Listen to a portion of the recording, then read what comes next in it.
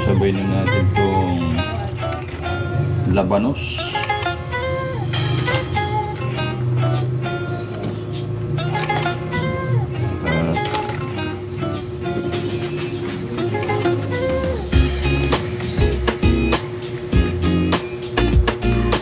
Natin ng kamatis. Lagay na natin itong luya para medyo lansanis. Palambutin muna natin yung ating gabi tsaka yung labanos bago natin ilagay yung mga gulay guys. Yung madaling lumambot, yung okra tsaka yung pechay. Iuulin natin, ilalagay.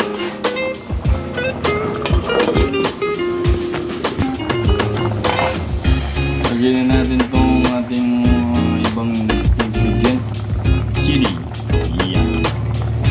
Tapos itong pechay. Pwede na ba yan? Pechay. Yan.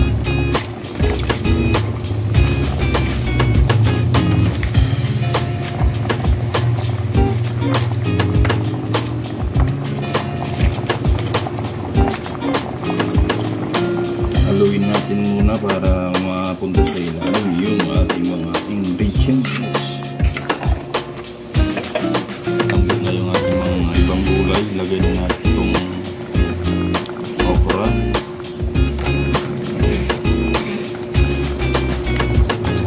Ayan.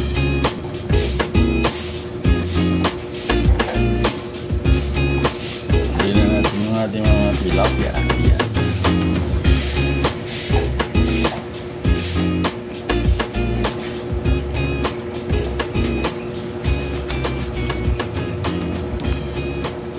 Napuno yung ating kasirola guys. Ayan o.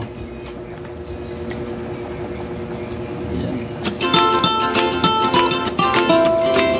Yung ating asin.